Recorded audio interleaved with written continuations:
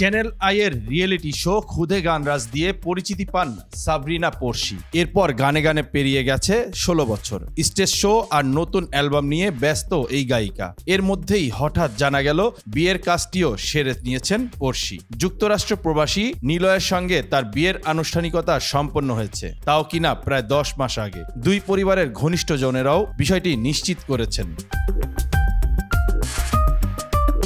কিন্তু বিয়ের খবর এখনই দিতে চাননি তিনি।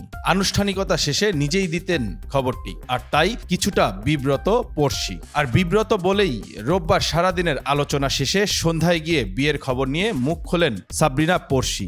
জানিয়েছেন গত বছরের 4 মার্চ যুক্তরাষ্ট্র প্রবাসী হামিম নিলয়কে বিয়ে করেন তিনি। নিজের ফেসবুক পোস্টে লিখেছেন, আজ থেকে 15 বছর আগে খুদে গানরাজ প্রতিযোগিতায় আমাদের পরিচয় হয়। তবে প্রেম বলতে যা বোঝায় আমাদের মধ্যে তেমন কোনো সম্পর্ক ছিল না। জন্ম মৃত্যু বিয়ে আল্লাহর হাতে, আর সেই ভাগ্যচক্রেই আমরা একে অপরের জীবনে এসেছি। এটি পুরোপুরি পারিবারিক সিদ্ধান্তে।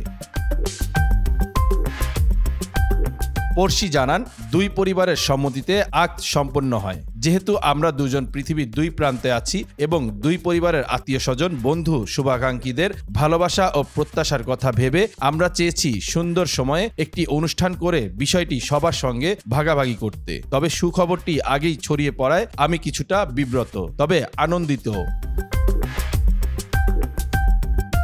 পড়শি জানান, শিগগিরই নিলয় দেশে আসবেন। দুই পরিবারের সদস্যদের নিয়ে বিয়ের আনুষ্ঠানিক আয়োজন হবে। তবে তাদের মধ্যে প্রেম ছিল কিনা তা নিয়ে রয়েছে ধোঁয়াশা। প্রেমের বিষয়টি স্বীকার করেননি পড়শি। তবে খোঁজ নিয়ে জানা গেছে পড়শি ও নিলয় একে অপরের সঙ্গে প্রেমের সম্পর্কে ছিলেন। 2008 সালে খুদে গানরাজ প্রতিযোগিতার একই আসরে তারা দুই প্রতিযোগী। 2010 সাল থেকে নিলয় তার পরিবার সহ যুক্তরাষ্ট্রের নিউ ইয়র্কে থাকেন। গত বছর নিলয়ের পরিবার বাংলাদেশে আসে, ছিল কয়েক মাস। এরপর পড়শি ও নিলয় পরিবারের সদস্যরা তাদের বিয়ের ব্যাপারে কথা বলেন। তারপর দুই পরিবারের ঘনিষ্ঠ জনদের উপস্থিতিতে বিয়ের আনুষ্ঠানিকতা সেরে নেওয়া হয়। তবে বিয়ে নিয়ে আপাতত দুই পরিবারের কেউই এখনই খবরটি তারা প্রকাশ্যে আনতে চান না।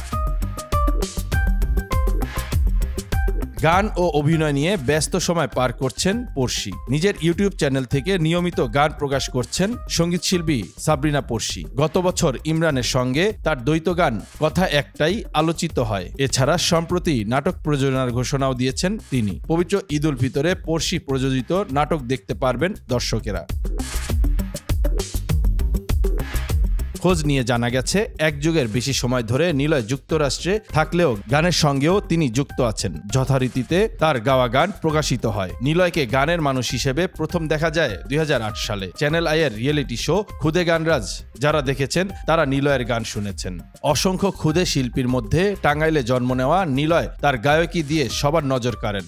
সঙ্গীত প্রতিভা দিয়ে জায়গা করে নিয়েছিলেন সেরা 10-এ। শুধু তাই নয়, রঙের দুনিয়া তোরে চাই না, তুমি যদি বলো, মনের দুঃখ মনে রইল, কিংবা সোয়াচান পাখির মতো গানগুলো গিয়ে তুমুল জনপ্রিয়তাও পেয়েছিলেন তিনি। সেরা 6-এ থামে নিলয়ের খুদে গানরাজের সফর। একই আসরে প্রতিযোগী হিসেবে ছিলেন সাবরিনা পড়শি। ওই আসরে পড়শি চ্যাম্পিয়ন হওয়ার গৌরব অর্জন করেছিলেন। 2008 সালে খুদে গানরাজে প্রতিযোগিতার সেরা 6-এ জায়গা করে নিলেও সঙ্গীত ক্যারিয়ার নিয়ে পেছনে ফিরে তাকাতে হয়নি। দেশ বিদেশে বহু স্টেজ শোতে অংশ নেন এই খুদে শিল্পী। 2010 সালে মা বাবার সঙ্গে পাড়ি জমান যুক্তরাষ্ট্রে। বর্তমানে সেখানেই স্থায়ী হন। ব্যস্ত হয়ে পড়েন পড়ালেখায়। দেশ কিংবা নিজের চেনা পরিমণ্ডল ছেড়ে গেলেও সঙ্গীত ছাড়েননি নিলয়। পড়ালেখার পাশাপাশি সঙ্গীত চর্চা করে গেছেন তিনি। স্টেজ শো কিংবা পারফর্ম না করলেও নিজের মতো করে গানের চর্চা চালিয়ে গেছেন। পরিবারের সমর্থনে নিউ ইয়র্কের সিটি কলেজে লেখাপড়া করেছেন মিউজিক নিয়েই। দীর্ঘ বিরতির পর 2022 সালের দিকে নতুন গান প্রকাশও করেন খুদে গানরাজের নিলয়।